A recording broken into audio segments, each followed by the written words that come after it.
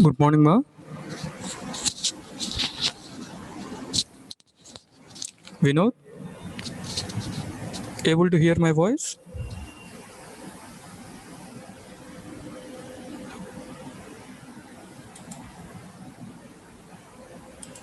Vinod, able to hear my voice, ma? You can unmute, ma. I have given permission.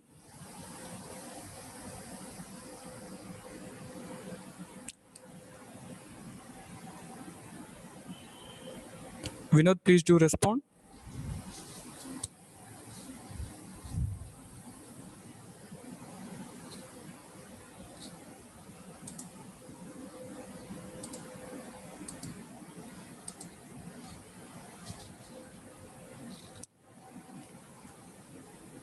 Vinod, able to hear, ma?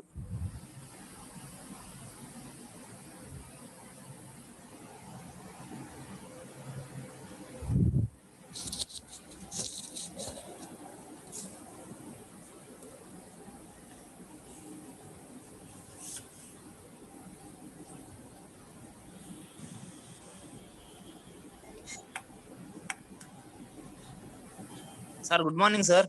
Good morning, ma. Able to hear my voice, ma? Yes, sir. Okay, thank you, ma. Please keep a message to your friends, ma, that the class has been started. I am also Yes, sending sir. the message. Okay.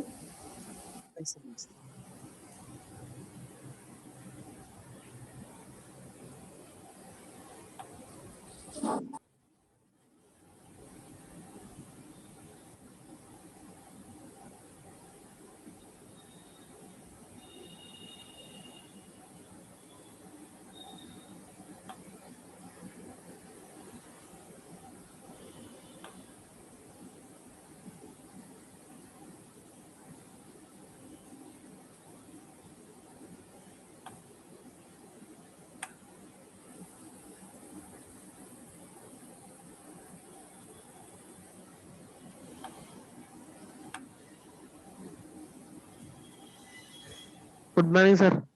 Very good morning, ma.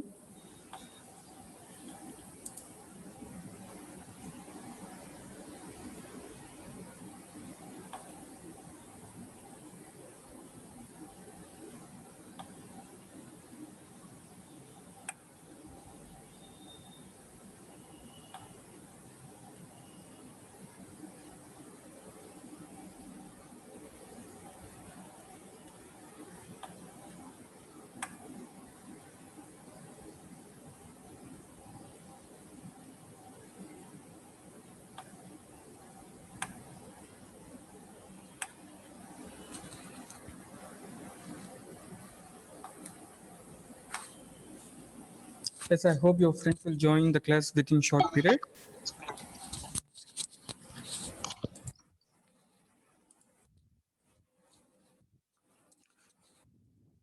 Without wasting time,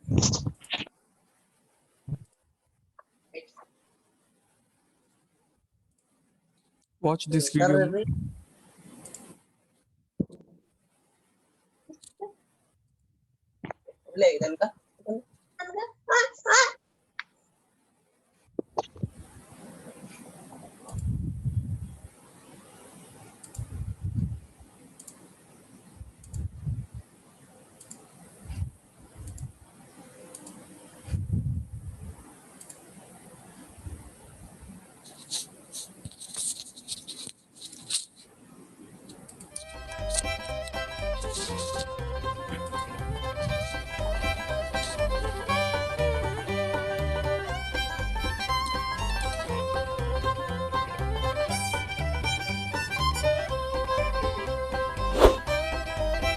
Welcome to this tooling video.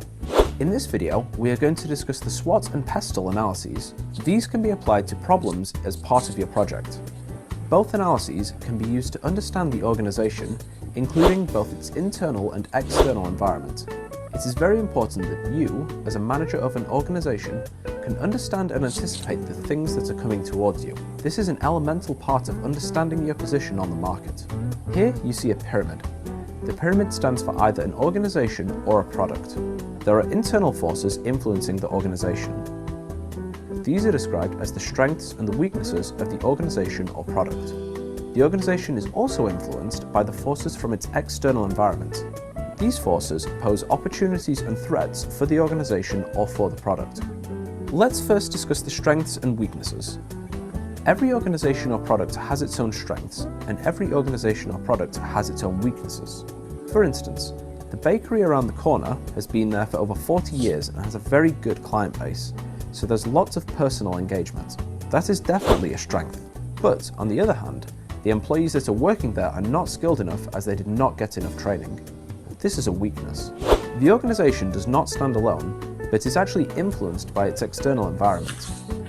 This external environment poses opportunities and threats for the organization or product. In this way, we identify 6 elements for you to take into account. The first of these is politics. Political changes, in government for instance, can influence the way you put your product onto the market. Secondly is economics. The economy can change over the years and can therefore boost your organization or product, or can put restraints on it. Thirdly are social dynamics. There might be things happening in the social system which make your product or organization more wanted or less so.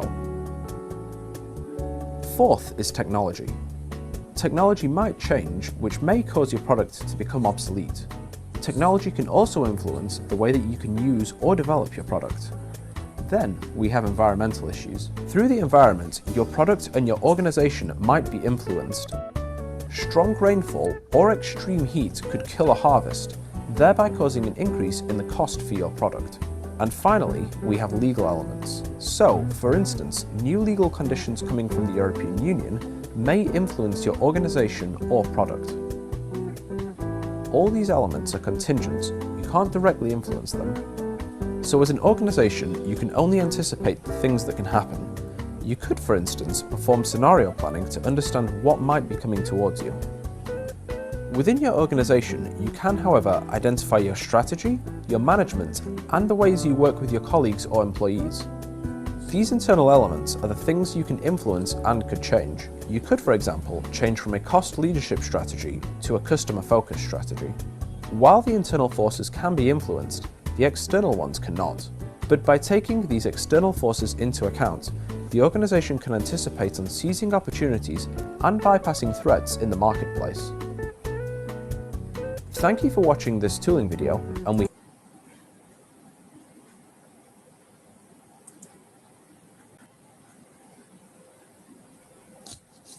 Right, I hope you have enjoyed the video.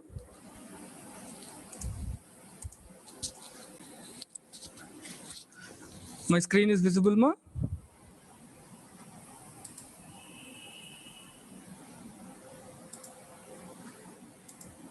My screen is visible, ma?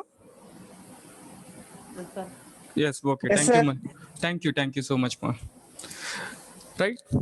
So today we are going to discuss another important topic for our public examination. Definitely this question will be coming either for long answer question as well as short answer question. Once again, I'm saying this question is very much important for your public examination.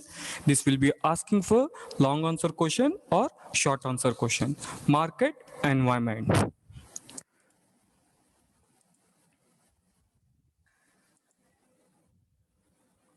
Market environment.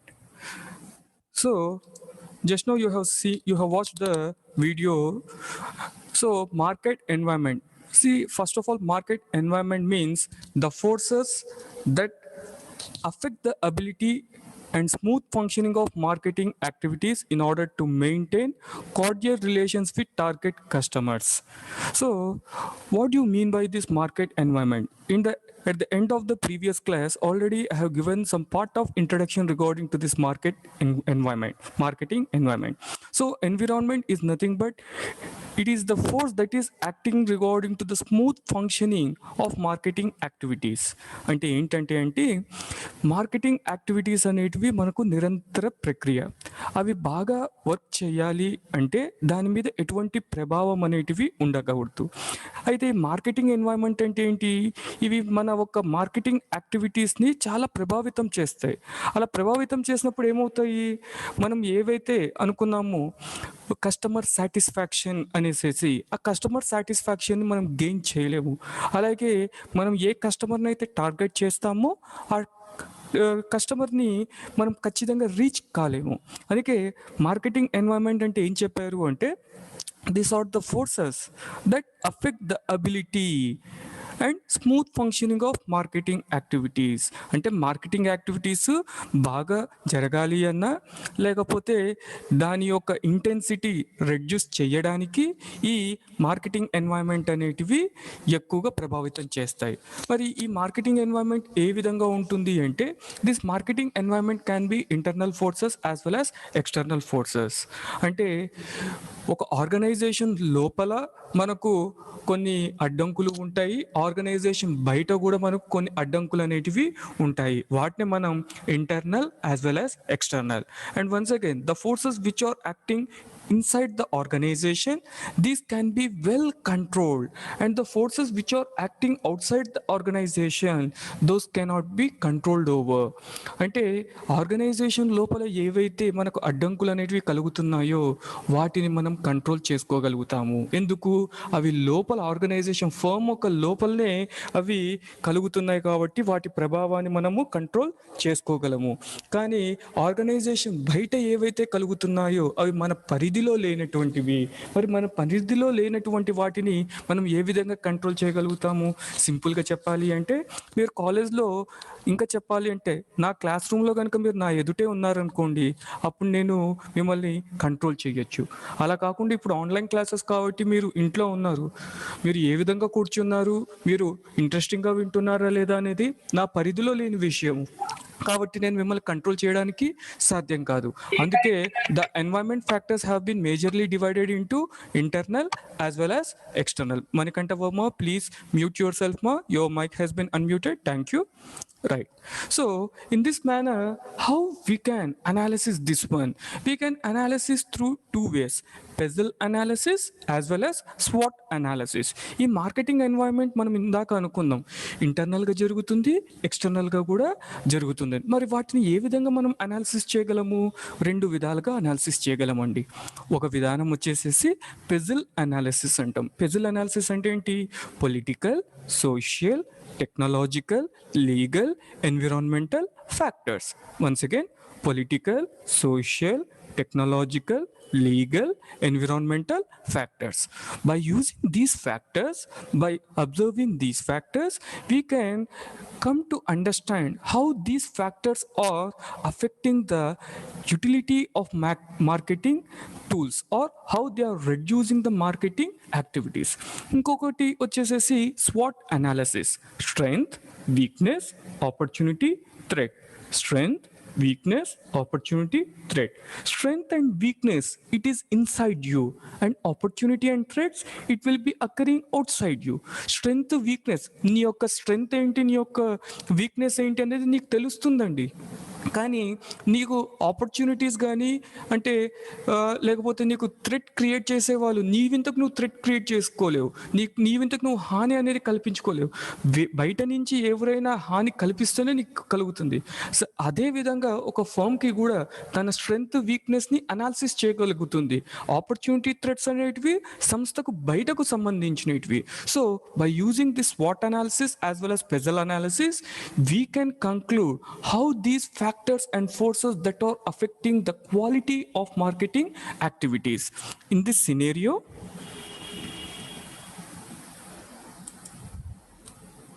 so here is the picture that's showing regarding to Pezzle analysis.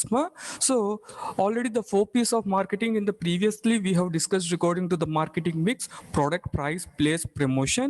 So the outer circle, it is showing. Why it is showing in the outer circle means because these things are happening outside the firm.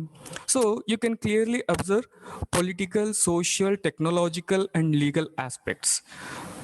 And once again, in detail, this diagrammatic will be shown in another form.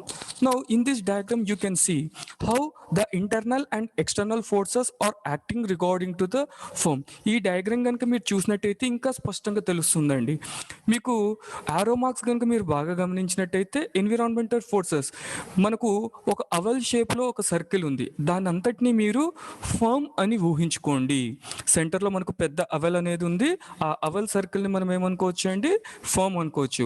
మనకు company కానీ, suppliers కానీ, marketing intermediates, customers, competitors, publics, ఇవి అన్నీ micro environmental factors అని చెప్పడం జరుగుతుంది. At the same time those things can be control regarding to the firm. ఇవన్నీ micro అంటే ఏంటి, చాలా చిన్నవి. తర్వాత బయట మనం చూస్తున్నాము population, economic, natural, political, social, technology, ఇవన్నీ ఏంటి ఫర్మ్కి బయట ఉన్నాయి, వాటిని మనం బయట చూపించడం జరిగింది. ఇవి చాలా పెద్దవి, macro. So once again here we can conclude internal firm, internal factors, external factors. Once again, the external factors that we can classify into micro environmental factors as well as macro environmental factors. Micro factors means those factors that are going to reflect in small quantity and that can be easily minimized by the firm. And the macro factor, that means their intensity will be very large on the functionality of the firm, and these factors are uncontrollable. Now let us see in detail micro environmental factors. So here we are having 6 factors where the firm cannot control these things. First of all, demographic forces. So demographic means regarding the birth and death rates, sex ratio, age group, rate of literacy, ethnic group, density of population, rural and urban. Macro environment అంటే ఏమిటి, ఈ forces అనేటివి చాలా పెద్దగా, macro అంటే పెద్దది, micro అంటే చిన్నది. సో ఏ ఫోర్సెస్ అయితే చాలా పెద్ద రేంజ్లో మన మార్కెటింగ్ యాక్టివిటీస్ మీద ప్రభావం చూపిస్తున్నాయో వాటిని మనం మ్యాక్రో ఎన్వైరన్మెంట్ అంటాం. కొంతమంది ఫిలాసఫర్స్, కొంతమంది ఎన్వైరన్మెంట్ అంటే ఫామ్కి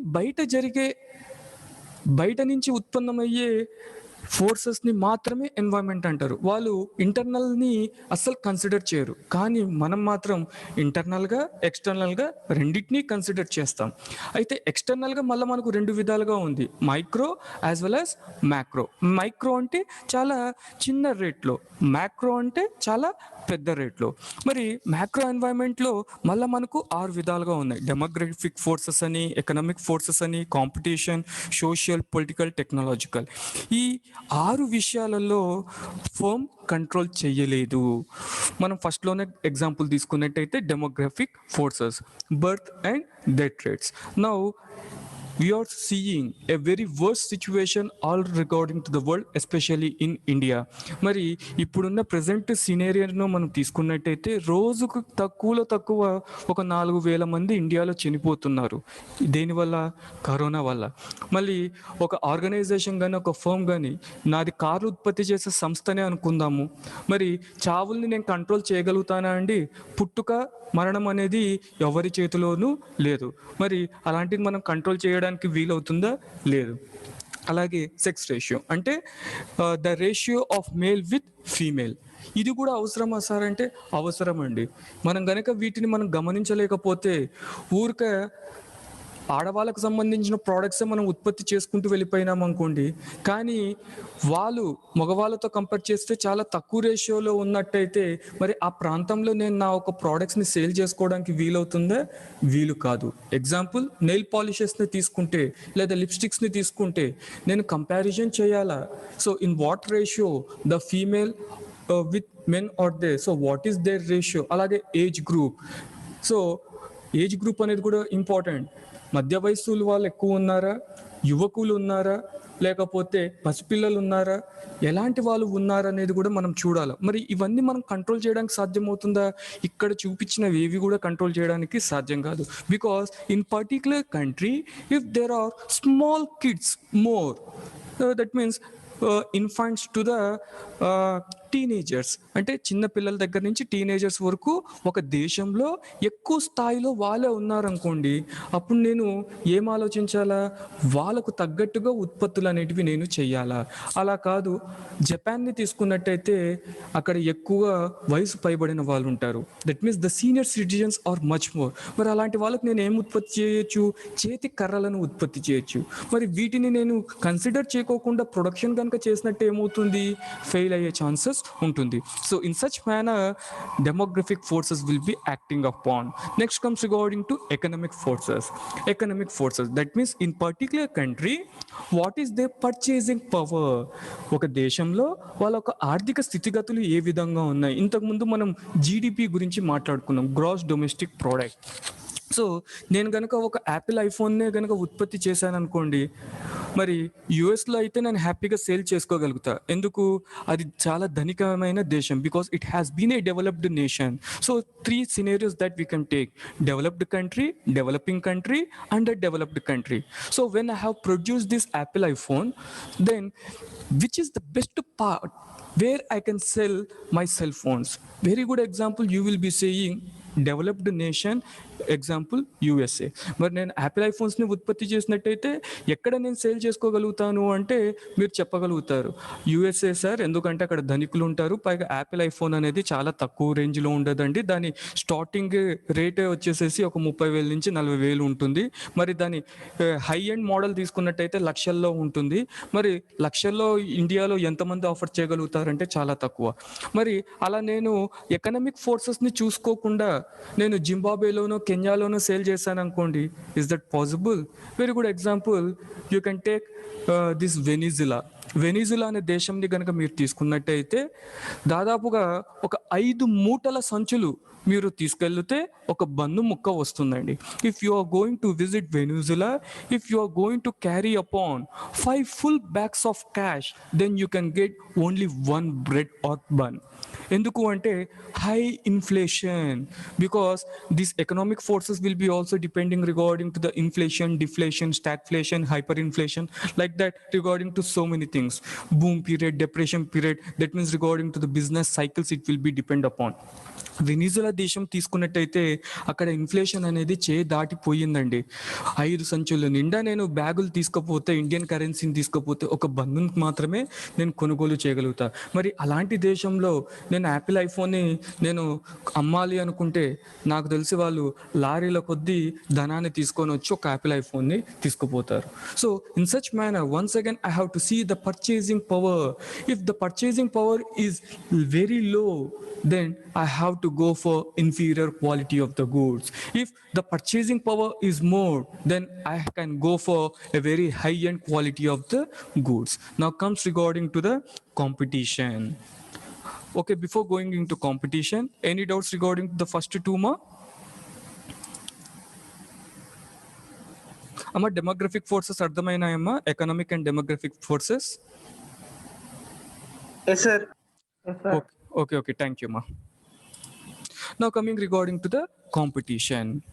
Regarding to the level of competition, once again I have to think. See, I can't stop anyone in order to come and purchase or in order to come and sell in my same scenario. నేను ఎవరిని కూడా నేను అమ్మే చోట ఇంకొకటి అమ్మరాదు అని నియమ నిబంధనలు అనేటివి నేను పెట్టలేనండి. సింపుల్గా చెప్పాలి అంటే మన కాలేజ్ చుట్టుపక్కల ఇప్పటిదాకా ఒక క్యాఫెటేరియా లేదు అనుకుందాం. క్యాఫెటేరియా అంటే సమ్ స్మాల్ ఫుడ్ కోర్ట్ లేదు అని అనుకుందాం. మళ్ళీ ఉంది అని మీరు అనొద్దండి, క్యాంటీన్ ఉంది కదా సార్ అని, మన ఎగ్జాంపుల్ కోసం లేదు అని అనుకుందాం. మరి నేను అక్కడ ఒక క్యాఫెటేరియాని పెట్టాను, అందరూ యాక్సెస్ చేస్తున్నారు. ఒకటేసారి అక్కడ బాగా జరుగుతుంది కదా అని 10 మంది వచ్చి యాక్సెస్ చేశారు అనుకోండి, అప్పుడు నా ఒక వ్యాపారం అనేది తగ్గుతుంది. So in this manner I can't stop the competition. This competition can be happen in various level.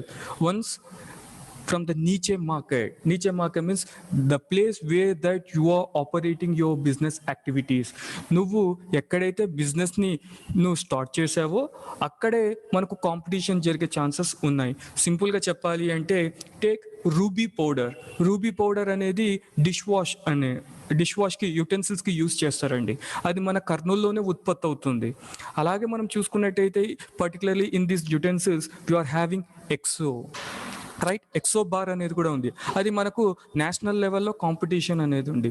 అలాగే ఇంటర్నేషనల్ లెవెల్లో కూడా ఇలాంటి ప్రోడక్ట్స్ యుటెన్సిల్స్ క్లీన్ చేసే ప్రోడక్ట్స్ మనకు అవైలబుల్ అవుతుంది. So here the competition can be happen international wise, national wise as well as local wise. So regarding to the level of competition, once again I have to rebuild my organization product as well as services. మరి నాకుండే కాంపిటీషన్ని బట్టి నేను నా ప్రోడక్ట్స్ని సర్వీసెస్ని నేను plan చేసుకోవాలి. If there are no persons are selling then monopoly.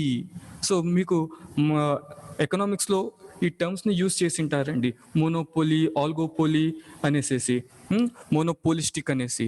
So మనకు గనక ఎవ్వరూ లేకపోతే కాంపిటీషన్లో అప్పుడు ఖచ్చితంగా నేను ఏవి సేల్ చేసినా కానీ హ్యాపీగా వెళ్తాయి. అలా కాకుండా అక్కడ కాంపిటీషన్ లెవెల్ అనేది పెరుగుతూ పోయింది, లోకల్ సైడ్ నుంచి, నేషనల్ సైడ్ నుంచి, ఇంటర్నేషనల్ లెవెల్ నుంచి. అప్పుడు నేను బెటర్గా థింక్ చేయాలా. మళ్ళీ ఈ కాంపిటీషన్ని స్టాప్ చేయడం నా చేతుల్లో ఉంటుందో, ఒక ఫర్మ్ చేతుల్లో ఉంటుందా? ఉండదు. Next comes regarding to social and cultural forces. So social and cultural forces అంటే once again we can take regarding to our home itself. మన ఇంటినే మనం కనుక తీసుకున్నట్టయితే what is the size of the home? మరి మన ఇంట్లో వ్యక్తులు ఎంతమంది ఉంటున్నారు? అది ఉమ్మడి వ్యవస్థనా, లేకపోతే అది జాయింట్ ఫ్యామిలీయా, న్యూక్లియర్ ఫ్యామిలీయా, లేకపోతే isolated ఫ్యామిలీయా? Why? Because regarding to the social class and structure, once again, the ability of purchasing power will be dependent over. ఒక ఇంట్లో పూర్వకాలం కనుక మనం తీసుకున్నా, లేకపోతే ఇప్పటికి పల్లెటూరులో కానీ కొంత నార్త్ సైడ్ కనుక మనం తీసుకున్నట్టయితే ఉమ్మడి కుటుంబ వ్యవస్థలు అనేటివి ఉంటాయండి. అంటే పెద్దనాన్న లేకపోతే చిన్నాన్న పిల్లలందరూ కలిసి ఒకటే చోట ఉండడం. మరి అలా ఉన్నట్టయితే ఏమవుతుంది? వాళ్ళ కన్జప్షన్ ప్యాటర్న్ ఎక్కువగా ఉంటుంది, అవునా? అదే సిటీస్లో కనుక మనం చూసినట్టయితే ఐసోలేటెడ్ ఫ్యామిలీస్ అంటే ఏంటి? సింగిల్, భార్య, భర్త, కొడుకు, పిల్లలు, అంతే. ఇంకా తాత లేదు, తండ్రి లేదు. మరి అలాంటప్పుడు వాళ్ళ కన్సప్షన్ ఎలా ఉంటుంది? చాలా తక్కువ ఉంటుంది. In joint sector we can take 100 kgs of rice can be consumed in one particular month. But when you are going to take in nuclear, then only a 15 to 20 kgs of rice bag will be sailed over. In such manner, regarding to the social classes, regarding to their beliefs, regarding to their benefits, once again these things will be happen. Regarding to their occupation, mara ee social classes lo mala upper middle class ఆ, లేకపోతే high end classes, లేకపోతే below poverty, ఈ విధంగా మనం social classes అనేటివి కూడా తీసుకోవచ్చు.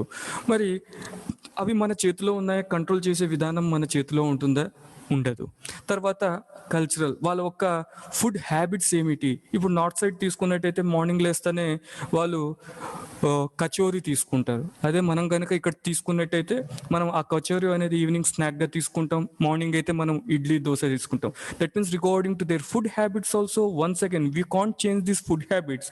Regarding to the seasonal wise, once again these foods will be changing over. Regarding to availability of the ingredients and the raw materials, once again this pattern will be changing over. So ఈ విధంగా cultural forces అనేటివి కూడా మన చేతిలో ఉండేటివి కాదు. వాళ్ళకున్న traditions, వాళ్ళకున్న బిలీఫ్స్, వాళ్ళకున్న యాక్ట్స్ ప్రకారంగా ఇవి చేంజ్ అవుతూ ఉంటాయి.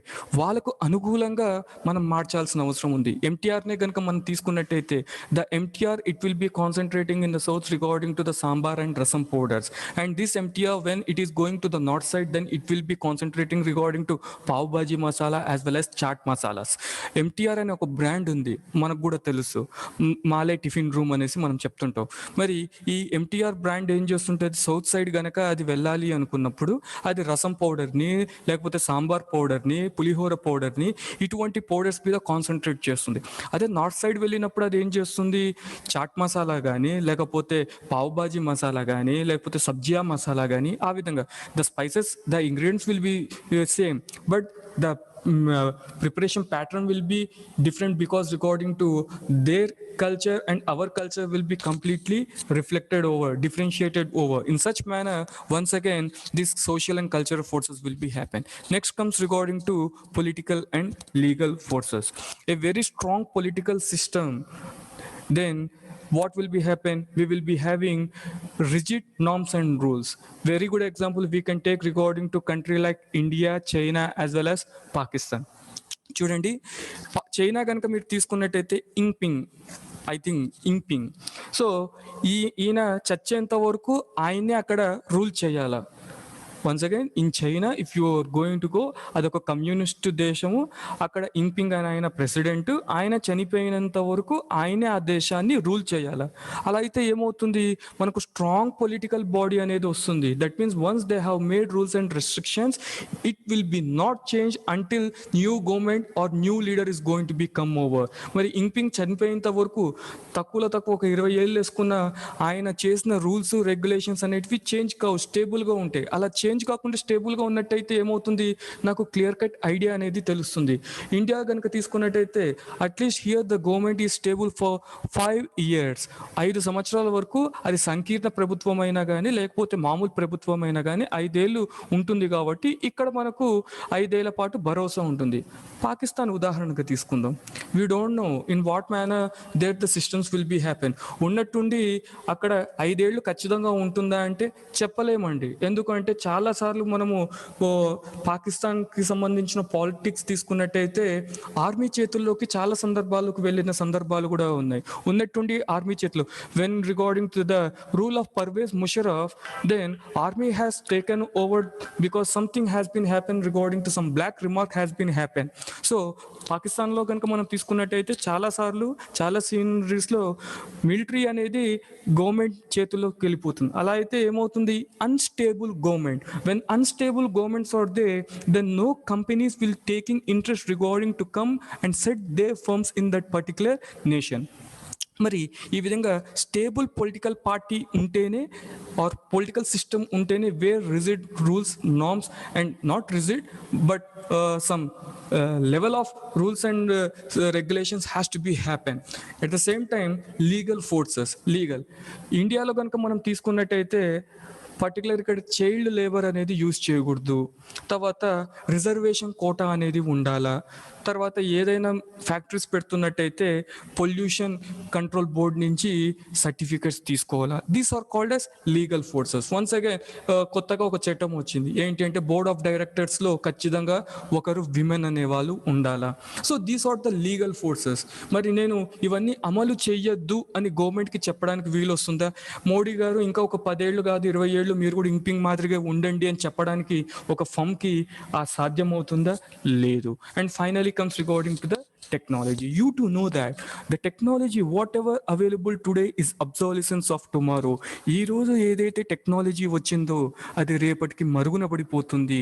ఈ రోజు నేను 5G ఫోన్ కొనేసి ఒక సెల్ఫీ తీసుకొని మీకు అప్లోడ్ చేశాను. కొత్త లేటెస్ట్ టెక్నాలజీ ఇప్పటి వరకు ఇండియాలో లేదంటే మరుసటి రోజుకే నువ్వు ఇంకొక ఫోటో తీసి సార్ నేను పక్కనే చైనాలో 6G ఫోన్ తీసుకున్నా సార్ మీది అవుట్డేటెడ్ టెక్నాలజీ అని చెప్తారు. So according to the availability of the technology in my country, once again things will be happen. So when the country is really great in the adoption of technology, then definitely once again the scenario will be changing over.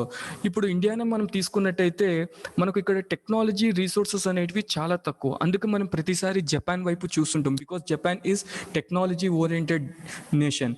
అయితే adoption అనేది ఇక్కడ చాలా important అండి. Adoption అంటే ఏంటి?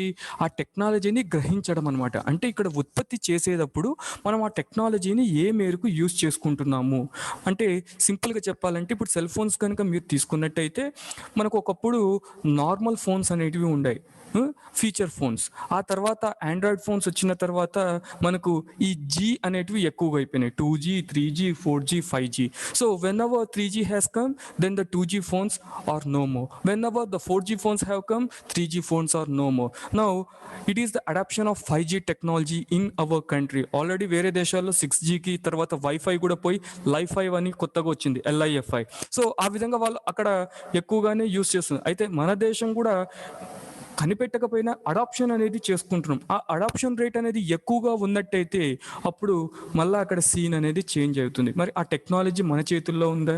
Adapt చేసుకునే విధానం government చేతుల్లోనే ఉంటుంది. Either the government will be giving acceptance regarding to the adoption of the technology or not. So these things definitely their effect will be much more on regarding to the marketing activities of the firm, and these things are going to be happen regarding to outside of the firm.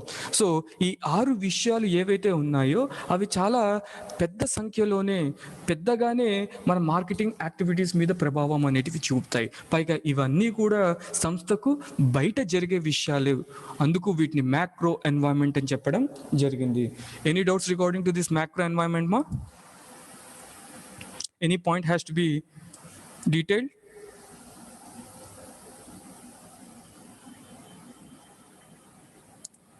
Please, ma. Shall I continue? Sir fifth point ఒకసారి repeat చేయండి. Fifth one, okay, political and legal forces. Okay, so political and legal forces అంటే ఇక్కడ stable political party ఉన్నట్టయితే, very good example తీసుకుంటే మన ఆంధ్రప్రదేశ్నే తీసుకుందాము. ఇప్పుడు జగనన్న ప్రభుత్వం అనేది నడుస్తుంది, అది చక్కటి మెజార్టీని స్థాపించింది కాబట్టి ఖచ్చితంగా 5 ఏళ్ళు పరిపాలన జరుగుతుంది అని నమ్మకం ఉంది. అలా కాకుండా మహారాష్ట్రనే ఎగ్జాంపుల్ తీసుకుందాం, అక్కడ వచ్చేసేసి కాంగ్రెస్, శివసేన, తర్వాత ఇంకో పొలిటికల్ పార్టీ, ముగ్గురు కలిసి అక్కడ పార్టీని, అక్కడ ప్రభుత్వాన్ని స్థాపించారు. అక్కడ ఏమవుతుంది, ఆ ముగ్గుట్లో ఎవరికి విభేదాలు వచ్చినా కానీ అక్కడ ప్రభుత్వం కూలిపోతుంది. అవునా? అంటే మనకు స్టేబుల్గా ఎక్కడైతే ఉంటుందో అక్కడ మనకు రూల్స్ అండ్ రెగ్యులేషన్స్ అనేటివి అలాగే ఉంటాయి. అలా కాకుండా ఇన్స్టేబుల్గా ఉంటే కొత్త ప్రభుత్వాలు వస్తూ ఉంటాయి, పోతూ ఉంటాయి. అందుకు పొలిటికల్ అనేది మనకు ఇక్కడ ఫర్మ్గా ఉండాలా, అంటే స్టేబుల్ పొలిటికల్ పార్టీ సిస్టమ్ అనేది ఉండాలా. ప్రతిసారి చేంజ్ అవుతూ పోతే ఏమవుతుంది, ఇప్పుడు 2 ఏళ్ళు బీజేపీ ఉంది, మళ్ళీ ఇంకొక సంవత్సరం కాంగ్రెస్ ఉంది, ఆ తర్వాత సిపిఐ ఉంది. అట్లా ప్రతిసారి ప్రభుత్వం చేంజ్ అవుతుంటే ఏమవుతుంది, చట్టాలు అనేటివి మార్పులు వస్తాయి. ప్రతిసారి చట్టాలు మార్చడం వల్ల ఏమవుతుంది, నేను నా వ్యాపారాన్ని విస్తరించుకోవాలన్నా అడ్డంకులే, నేను రా మెటీరియల్ని ఇంపోర్ట్ చేసుకోవాలన్నా అడ్డంకులే, నా ఒక్క సరుకుల్ని నేను అమ్ముకోవాలన్నా అడ్డంకులే. ఎందుకు? ప్రతిసారి ఒక ప్రభుత్వం వచ్చినప్పుడు మళ్ళా చట్టాలు అనేటివి చేస్తుంది. అందుకే ఇక్కడ మనం ఏమంటున్నాం, definitely here we require a stable political party rather than instable political party. అదేవిధంగా లీగల్ ఫోర్సెస్ అంటే చట్టాలండి. సింపుల్గా చెప్పాలి అంటే కర్ణాటకలో వచ్చేసేసి, ఎగ్జాంపుల్ కోసం చెప్తున్నాను, కర్ణాటకలో వచ్చేసేసి ఆల్కహాల్ ప్రోడక్ట్స్ కానీ, గుట్కా టొబాకో ప్రోడక్ట్స్ కానీ సేల్ చెయ్యొచ్చు అని చెప్పొచ్చు. కానీ ఇండియా పరంగా వస్తే ఆల్కహాల్, టొబాకో ప్రోడక్ట్స్ బ్యాన్ చేయడం జరిగింది. అంటే ఒకటే దేశంలో విభిన్నమైన చట్టాలు, అవి చెయ్యొద్దు అని చెప్పడానికి నీకు కానీ నాకు కానీ అర్హత ఉందా? లేదు.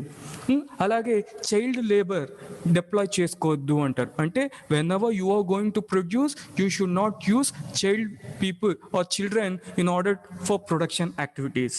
మరి ఇవన్నీ చట్టాలు మన చేతిలో ఉన్నాయండి. చట్టాన్ని మనము దుర్వినియోగం చేసుకోకూడదు. చట్టం ఏది చెప్తే ఆ పనిని మనం చేసుకుంటూ వెళ్ళిపోవాల్సిందే. అందుకే మరి ఈ విధంగా ఉన్నట్టయితే, చట్టాలు అనేటివి ఈ విధంగా ఉన్నట్టయితే, మరి మళ్ళా నా ఒక ప్రొడక్షన్ మీద నాకు ఎఫెక్ట్ చూపించే ఛాన్సెస్ ఉన్నాయా? బికాస్ మళ్ళా ప్రొడక్షన్ చేసేటప్పుడు ఇప్పుడు వరకు రిజర్వేషన్ సిస్టమ్ అనేది ప్రైవేట్ ఇన్స్టిట్యూషన్స్లో లేదు. రేపు పొద్దున కొత్తగా ఒక చట్టం చేసినారనుకోండి, when you want to employ the people, once again the caste system has to be employed over, the reservation policy has to be employed over. అప్పుడు నేను మళ్ళా రిక్రూట్ చేసుకునేటప్పుడు నా రిక్రూట్మెంట్ పాలసీలో చేంజెస్ అనేటివి వీలవుతాయి. కాబట్టి all these things are helpless. The firm can't do anything regarding to all these 6 factors. Any more doubts, ma? Thank you sir.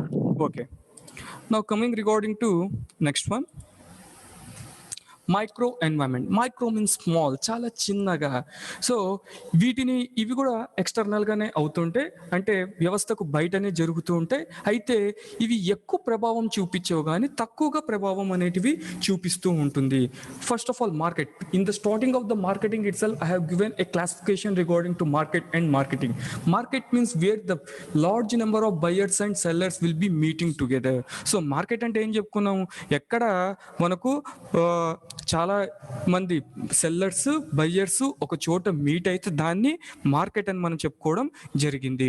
మరి ఈ మార్కెట్ అనేది ప్లేస్ని బట్టి మనకు చేంజ్ కావచ్చు రిగార్డింగ్ టు ద కన్సెప్షన్. ఇందాక మనం అనుకున్నాము జాయింట్ ఫ్యామిలీసా లేకపోతే ఐసోలేటెడ్ ఫ్యామిలీసా, వాటి బేస్ చేసుకొని ఇక్కడ కొనుగోలుదారుడు అమ్మకపుదారులు ఆ మార్కెట్ ప్లేస్ అనేది మనకు చేంజ్ అవుతుంది. So regarding to the conception pattern regarding to that particular scenario this market will be changing over. ఒకవేళ బల్క్ లో ఎక్కువగా కొంటున్నారనుకోండి, ఉమ్మడి కుటుంబాలు ఎక్కువగా ఉన్నాయి కాబట్టి వాళ్ళు కన్సప్షన్ ప్యాటర్న్ అనేది ఎక్కువగా ఉంది, అప్పుడు విడిగా సోప్స్ అనేటివి అమ్మరు, బంచ్ ఆఫ్ సోప్స్ అనేటివి అమ్ముతారు. అంటే 5 కలిపి ఒక సోపులుగా 5-6 సోపుల్ని ఒక ప్యాక్ గా కలిపి ఇస్తుంటారు. అలా కాదు, ఐసోలేటెడ్ ఫ్యామిలీస్ ఉన్నాయి, అలాంటప్పుడు వాళ్ళు 5-6 సోపులు ఒకటేసారి తీసుకుపోరు, ఒక సోపు 2 సోపులు మాత్రమే ఒక నెలకు సరిపడేంతగా తీసుకుపోతారు. అలాంటప్పుడు 5-6 సోపులు కట్టకట్టి నేను అమ్మితే సరిపోదు, కేవలం ఒక సోపు 2 సోపులు మాత్రమే నేను అమ్మాల్సిన పరిస్థితి.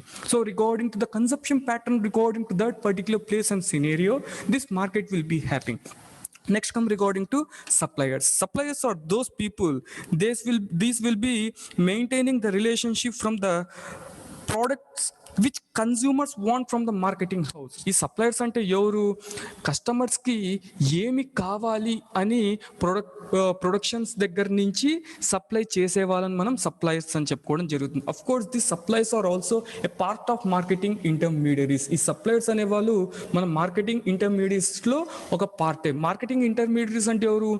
Those people who are acting in between from the producer to the ultimate customer. Producer దగ్గర నుంచి కస్టమర్కి మిడిల్లో ఎవరైతే ఉన్నారో మధ్యవర్తిత్వం చేసే వాళ్ళని మనం మార్కెటింగ్ ఇంటర్మీడియరీస్ అంటాం.